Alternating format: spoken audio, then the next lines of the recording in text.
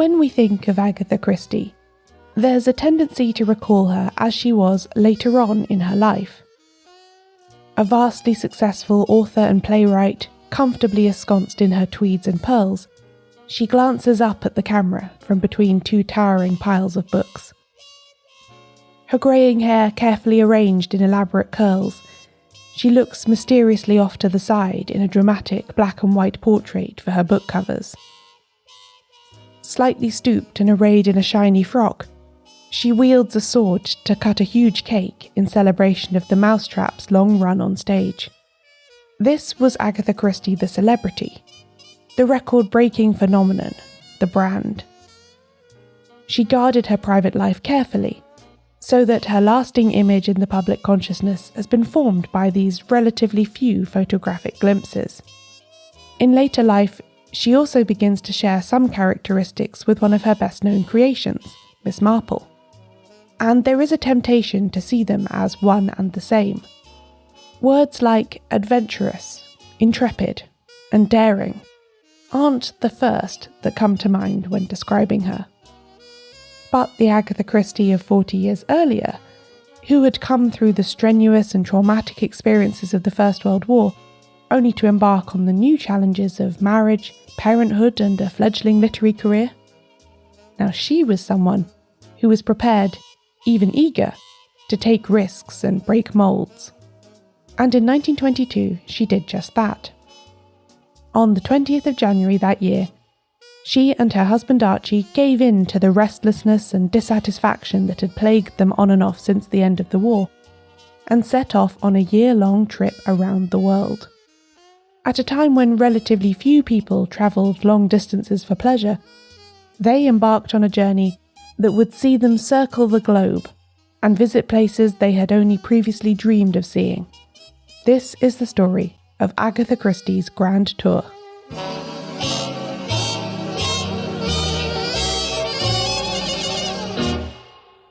Welcome to She Done It. I'm Caroline Crampton.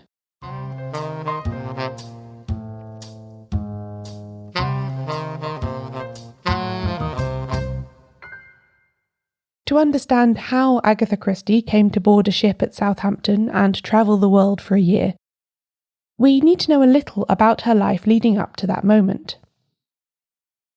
Agatha had spent the war mostly in her hometown of Torquay, volunteering first as a nurse and then working as a dispenser at the Red Cross hospital there. She and her first husband Archie Christie had married on Christmas Eve 1914, during a brief leave he had home from the war. By the time Archie returned to civilian life in 1918, they had been married for 3.5 years, but had never lived together, and had barely spent more than a few days together in each other's company. Their relationship had been in a state of suspended animation, something made clear by the fact that even after their hasty wedding, Archie still sometimes addressed his letters to Miss A.M.C. Miller rather than Mrs. A. Christie. Everything had changed, and nothing had changed. Agatha's project of the years immediately following the First World War, then, was to begin her adult life in earnest. She had a husband, he had a job, they had a flat, and after 1919 they had a daughter, Rosalind. Agatha possessed everything that a middle-class woman born in 1890 into a conservative traditional family should want for a happy life. And yet, it wasn't quite clicking.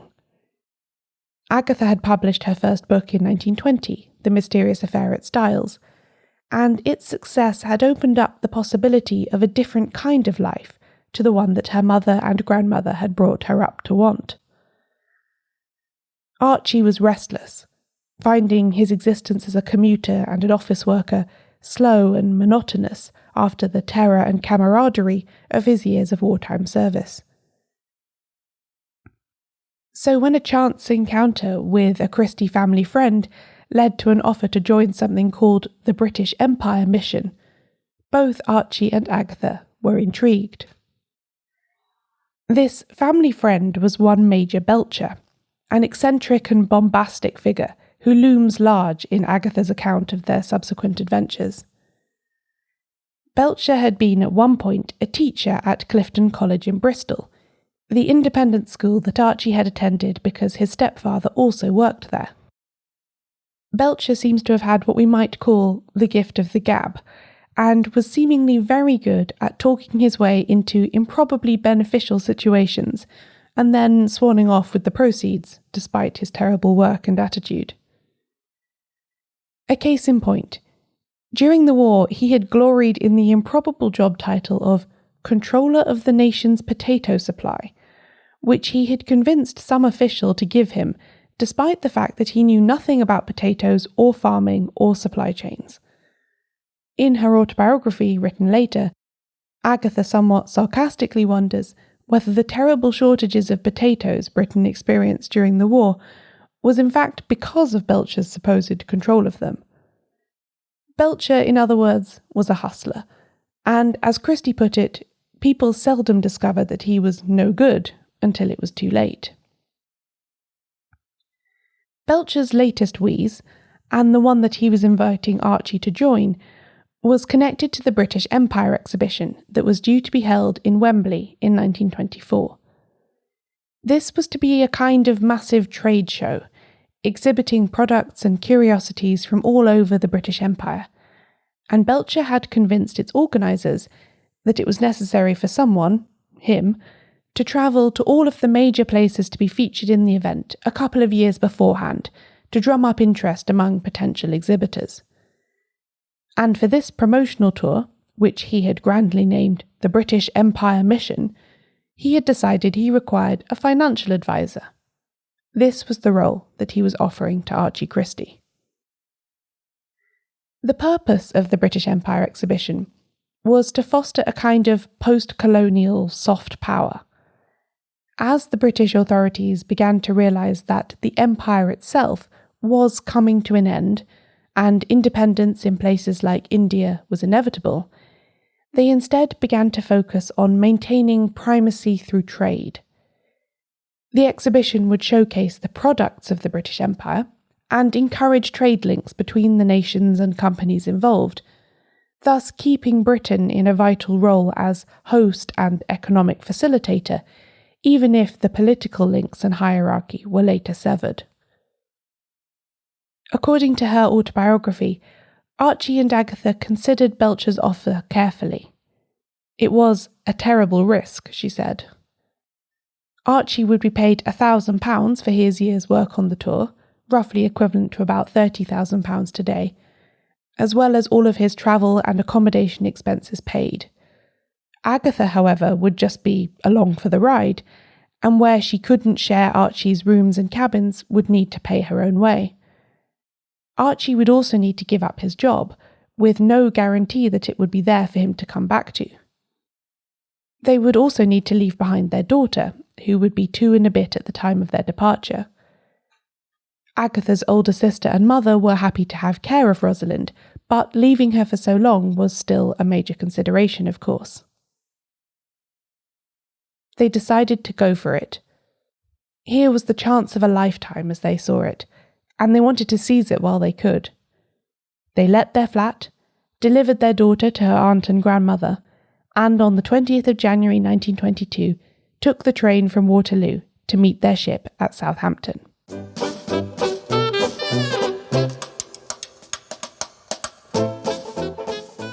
Aside from Major Belcher, Archie and Agatha, the British Empire Mission had a few other members. There was Mr. Bates, Belcher's long-suffering secretary, Mr. Hyam, the mission's agricultural advisor, and his wife and daughter. Along the way, they were temporarily joined by numerous functionaries and aides, whose job it was to entertain them and facilitate the passage of this unusual marketing campaign.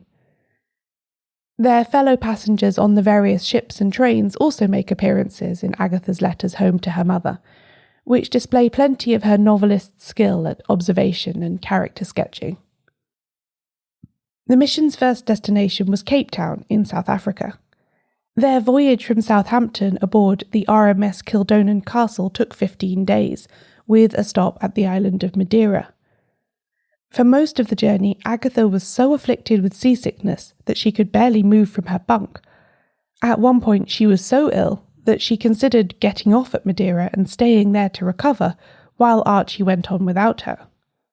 But she got through it, and her excitement at their arrival is palpable in her letters. It was very hot in Cape Town in early February, it being summer in the Southern Hemisphere, and Agatha was delighted at the weather and the views of Table Mountain and the affordable fruit everywhere. She ate peaches and pineapples in the garden of their hotel and felt like London was a very long way away. Cape Town is also where Agatha and Archie encountered a pastime that was going to be very important to them throughout this year of travel. At Muizenberg, a beach in False Bay on the Cape Peninsula, they tried surfing for the first time. Although they were very bad at it to start with, both of them loved the sport, and for the rest of their time in the area, whenever they could get away from official mission engagements, they took the train to the beach and continued to work on their wave-catching skills. Agatha had always been a keen swimmer, and growing up on the so-called English Riviera in Torquay, there had always been plenty of opportunity. In Cape Town, though, she encountered warm ocean water for the first time, it being the first time you didn't shiver as soon as she stepped in, she said in one letter. It was glorious, and in some way made up for the behaviour of the tyrannical Belcher, who was constantly in a terrible mood about some impediment or other to their trip's success. The official business of the British Empire mission in South Africa, and indeed more broadly, is a bit difficult to untangle from Agatha's account. I suspect this is because the entire enterprise was one of Belcher's brilliant ideas, and once it was actually in motion, everyone was a little unsure as to what they were supposed to do. The group met with local politicians and dignitaries, attended events like the opening of Parliament, and toured local sites of interest like the Rhodes Memorial. They visited farms and industrial areas that might send items to the eventual exhibition. Agatha and Mrs. Hyam spent time with various expat families. Many ceremonial luncheons were held. But everyone they met seemed slightly baffled as to why they were there. This didn't trouble Agatha and Archie, though. As much as they missed their daughter, and Agatha did a lot, as her letters show, they were thrilled that their big risk was paying off. In South Africa, most of Agatha's travel expenses ended up being covered by the expedition, and they had plenty of free time to enjoy their surfing. It felt like exactly the break from their London life and routine that they needed. After the break, Anna the Adventuress.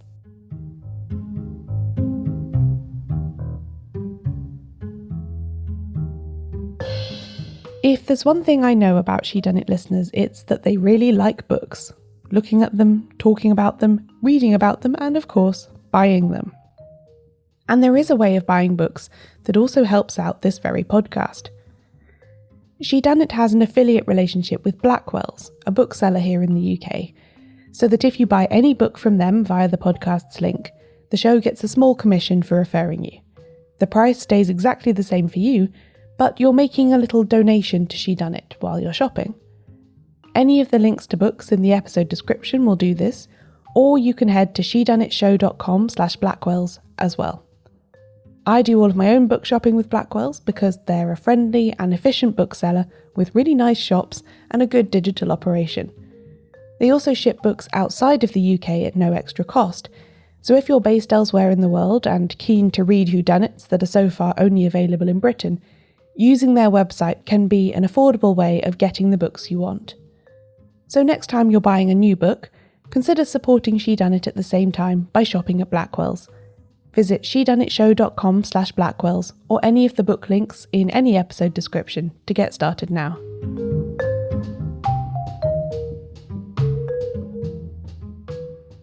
At the time of her departure from Southampton, Agatha Christie had only had one book published, her debut and the first appearance of Hercule Poirot, The Mysterious Affair at Styles. While she was at sea heading south, though, her second book had appeared in the UK, The Secret Adversary. We don't get much sense of Agatha the author from her writings during 1922's travels, but in one early April letter home, she does mention this book as a way of reassuring her mother about finances. I really feel Tommy and Tuppence is going to be a success, so don't worry about money, she says. Shortly after she penned this letter, the group returned to Cape Town after an extensive tour around South Africa, and there Agatha found press cuttings with reviews from this book from her agent, which she was delighted to see were all good, not one bad one.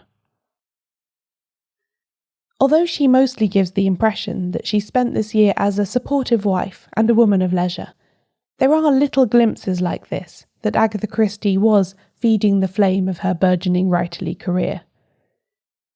Later on, once they reach Canada in September, she writes home that thanks to things like Swedish rights for Styles, she has far more money than I ever dreamed I should have after this trip. Most of the people that she met don't seem to have heard of Agatha Christie, detective novelist. Her big breakthrough, the murder of Roger Ackroyd, was still 4 years away, but she did do one interview while in Australia and some networking in New York. Before she departed England, she had left the manuscript for her third novel, The Murder on the Links, with her agent, as well as a series of short Poirot stories. She was sowing the seeds, as it were, for what was to come. Although, by her own account, it doesn't seem that Agatha did much writing while the Christies were on their travels, her experiences did appear in fiction pretty soon after their return. The Man in the Brown Suit was published in August 1924, and features the self-styled Anna the Adventuress, a young woman who follows the thread of a thrilling mystery from a London underground platform to South Africa and beyond. There are lots of details in this book that come straight from Christie's own travels on her grand tour of 1922. The ship that Anne travels on is called the Kilmorden Castle, a direct allusion to the Kildonan Castle that the expedition party took to Cape Town. The carved wooden animals that Christie bought while on the train from Livingstone near the Zambezi River in Zambia become a certain incident with a large souvenir giraffe while Anne is on a similar trip. And the biggest parallel of all is in the character of Sir Eustace Pedler, a thinly veiled version of the British Empire Mission's very own Major Ernest Belcher. Christie gave Pedler all of Belcher's bombast and glib confidence, and was apparently going to cathartically kill him off in the book, until Belcher heard of this idea and objected. You'll have to read the story yourself to see what she did with him instead. It's worth the effort of this otherwise fairly choppy early Christie thriller, especially once you know that Agatha once spent a year travelling around the world with a man like this.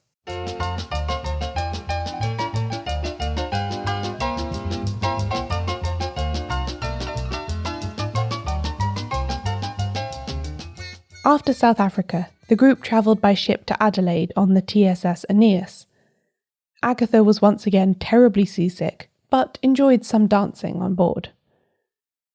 The next few days were a whirlwind of travel, first to Melbourne for an official reception, and then almost immediately onto a ship bound for Tasmania. After a week or so there, inspecting a hydroelectric power station and attending some more lunches, they returned to Melbourne and embarked on an ambitious series of journeys around Australia by car, visiting everything from brickworks to distilleries to gold mines. After reading Agatha's descriptions of this, I begin to feel slightly weary myself, with the endless turnover of boarding houses, greetings by dignitaries, factory tours and women's club lunches, but she gives no sign of tiring of it, even once they depart Sydney for New Zealand and yet more official receptions. She and Archie are sometimes separated as he goes off to do even more visits with Belcher, and Agatha gets a few days at a time to relax or visit new friends that she has made along the way. And she had the central treat of the whole trip to look forward to, perhaps, whenever it all began to seem too much. An entire month off from mission business, which she and Archie were going to spend in Honolulu. The Christies departed Auckland for Hawaii on the 25th of July 1922. The ship stopped for a day in Fiji, eventually arriving at Honolulu on the 4th of August. Agatha was in raptures over the flowers, the water, the ice cream sodas, the cars, and of course, the surfing. She and Archie devoted themselves mostly to their boards, only stopping when they became so badly sunburned that they could barely move. Sunblock not being readily available, Archie took to surfing in his pyjamas after that to protect his skin. Agatha became a fairly proficient surfer over the course of the month, managing to stand up quite often, and writing later in her autobiography that it was one of the most perfect physical pleasures that I have known. This, I think, is why the Christies really agreed to go on Belcher's madcap empire expedition. Although hardly political radicals, they had no interest in promoting the interests of the British Empire, or really much thirst to go on endless colonial factory tours. They wanted a complete change from their somewhat dreary post-war lives in London, and the adventures they found in the waves off Honolulu provided that, and then some. All good things must come to an end, though, and on the 9th of September, Belcher arrived in Hawaii to shepherd the Christies onto a ship onwards to Canada. And it was on this last leg of the missions trip that the strain began to show. Firstly, there were money worries. Unlike elsewhere, Agatha's accommodation was not often covered, so she was paying her own way from their dwindling funds. She could afford the rooms she found, but it left very little over for food, so she mostly survived on eating a very big hotel breakfast and then mixing herself a mug of meat extract in the evenings. She managed to make a single jar of this paste last 10 days at one point. Every time she was invited out for lunch by some local women's society, she would eat everything in sight. Agatha was also suffering from bad pain in her shoulder, which she thought was the consequence of a surfing injury and which was preventing her from sleeping. Then, after a visit to a grain elevator near Toronto in mid-October, Archie collapsed completely, and Agatha had to nurse him back to health with whatever local medical assistance she could afford to summon. He had a terrible fever, a rash all over, and difficulty breathing with bronchitis, possibly as a result of an allergic reaction to the grain. Belcher, of course, was furious at the delay, and by this point Agatha had dropped all pretense of finding him amusing or even tolerable. He has become the detestable Belcher in her letters. In November of 1922, Agatha and a recovered Archie part ways again. He goes north to Quebec, Nova Scotia, New Brunswick and Newfoundland with Belcher, while she, to save money, remains in Toronto for a while before setting off to New York, where she has an aunt with whom she can stay for free. You would have thought that after months of travelling with Belcher, she would have been accustomed to having little control over her own itinerary, but it's only in this final week in New York that we see Agatha really chafing at the restrictions of life with Aunt Cassie, and yearning to be in charge of her own days again. She's ready to go home and resume real life once more, with all its difficulties and inconveniences. The British Empire exhibition opened about 18 months after Archie and Agatha returned home, on the 23rd of April 1924. It was vastly popular, with about 27 million visitors over the 2 years that it was open. But it also lost millions of pounds as costs spiralled out of control, perhaps inevitable in a venture that was partly organised by Major Belcher. I haven't been able to find any evidence that the Christies ever went to visit it. Agatha certainly didn't record her impressions of it in her autobiography, despite devoting pages and pages to the trip around the world she took under its banner.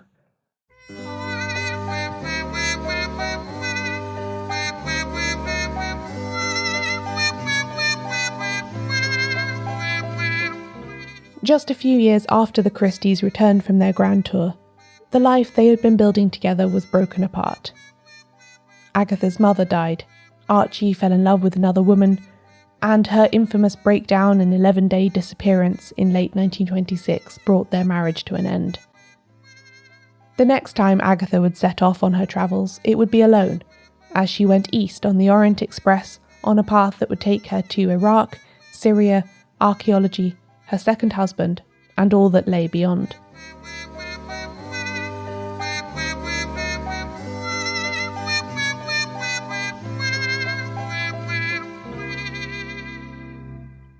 She didn't know any of that, though, when her ship docked at Southampton on the 1st of December 1922, and she eagerly anticipated her reunion with a now 3-year-old Rosalind.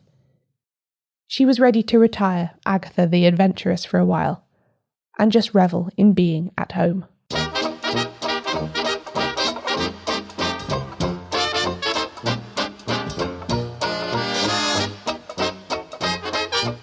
This episode of She Done It was written and narrated by me, Caroline Crampton. Find links to all the books mentioned and other information about this episode at shedoneit.show.com/Agatha the Adventuress. I publish transcripts of every episode, including this one. Find them all at shedoneit.show.com/transcripts. All the sources I've consulted for this episode are listed in the description, but if you're interested in knowing more about Agatha Christie's round-the-world trip, I highly recommend the book Agatha Christie The Grand Tour, published by HarperCollins in 2012. It includes extracts from her letters during the trip, as well as dozens of photographs. If you'd like more She Done It, consider joining the She Done It book club. I make 2 bonus episodes a month for members, or 3 if you join at the higher level. You can find out more and sign up at shedoneitbookclub.com/join. She Done It is edited by Ewan McAleese, production assistance from Leandra Griffith, member support for the She Done It book club from Connor McLaughlin. The podcast advertising partner is Multitude. Thanks for listening. I'll be back in 2 weeks with a new episode.